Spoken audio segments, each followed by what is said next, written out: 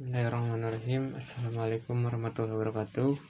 Perkenalkan, nama saya Randy Purnama dengan NPM 20222012 dari program studi Desain Komunikasi Visual.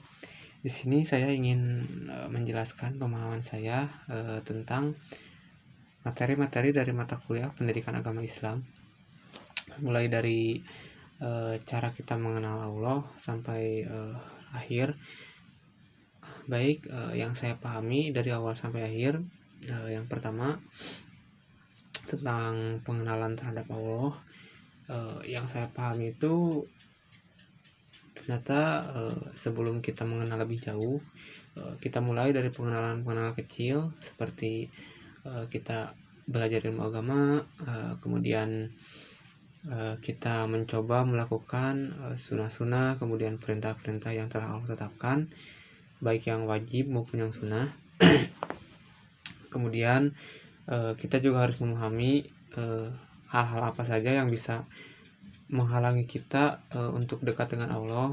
Kita harus tahu apa saja hal-hal yang memang dilarang oleh Allah, karena setelah saya pelajari ternyata memang ketika kita mengenal Tuhan kita siapa, kita tahu kedudukan kita di mana, kemudian kita tahu arah kita hidup itu untuk apa, kita tahu tujuan hidup kita itu untuk apa, kemudian kita bisa lebih merasa tenang karena memang kita sudah mulai dibentuk untuk meyakini bahwa segala sesuatu sudah Allah tetapkan, sudah Allah atur.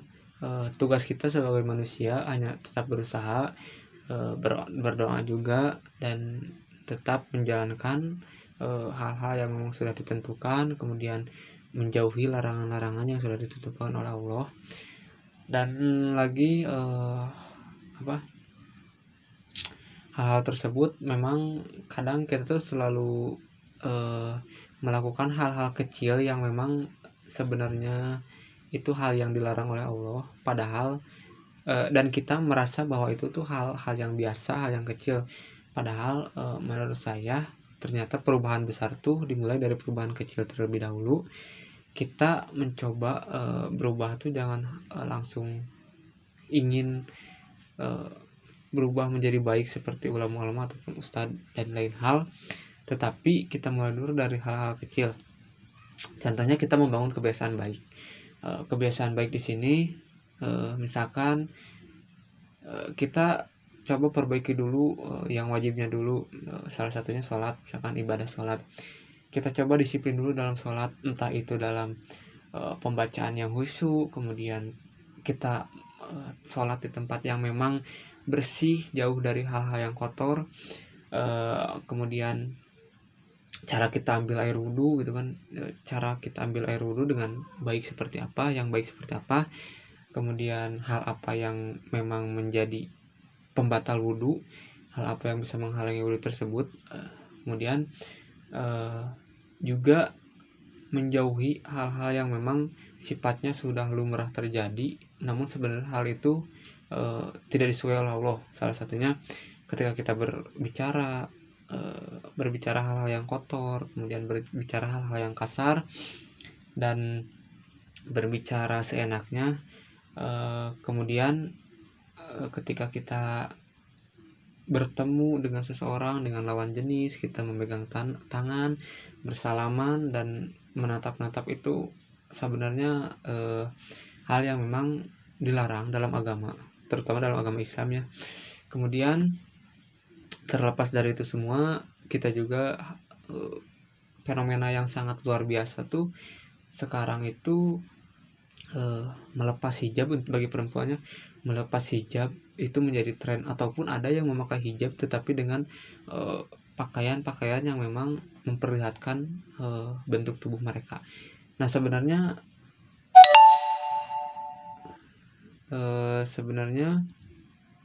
hal itu bisa dibilang hal yang sangat kurang baik, bahkan tidak baik mungkin ya. Sekarang tuh sudah cukup minim orang-orang atau anak-anak muda yang memang mereka memakai hijab tetapi dengan pakaian yang benar-benar tertutup.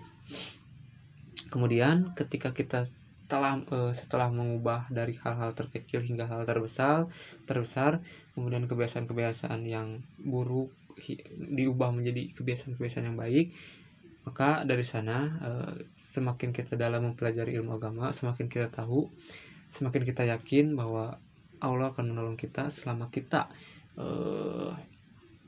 menjalankan segala perintahnya dan menjauhi larangan-larangannya.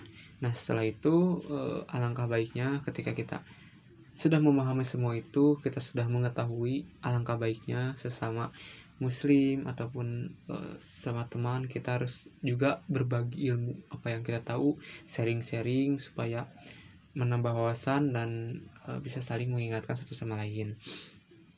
Mungkin sekian yang bisa saya sampaikan. Mohon maaf bila ada salah kata atau kekurangan dalam penyampaian saya.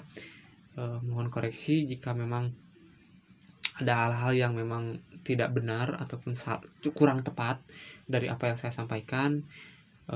Sekian, wassalamualaikum warahmatullahi wabarakatuh.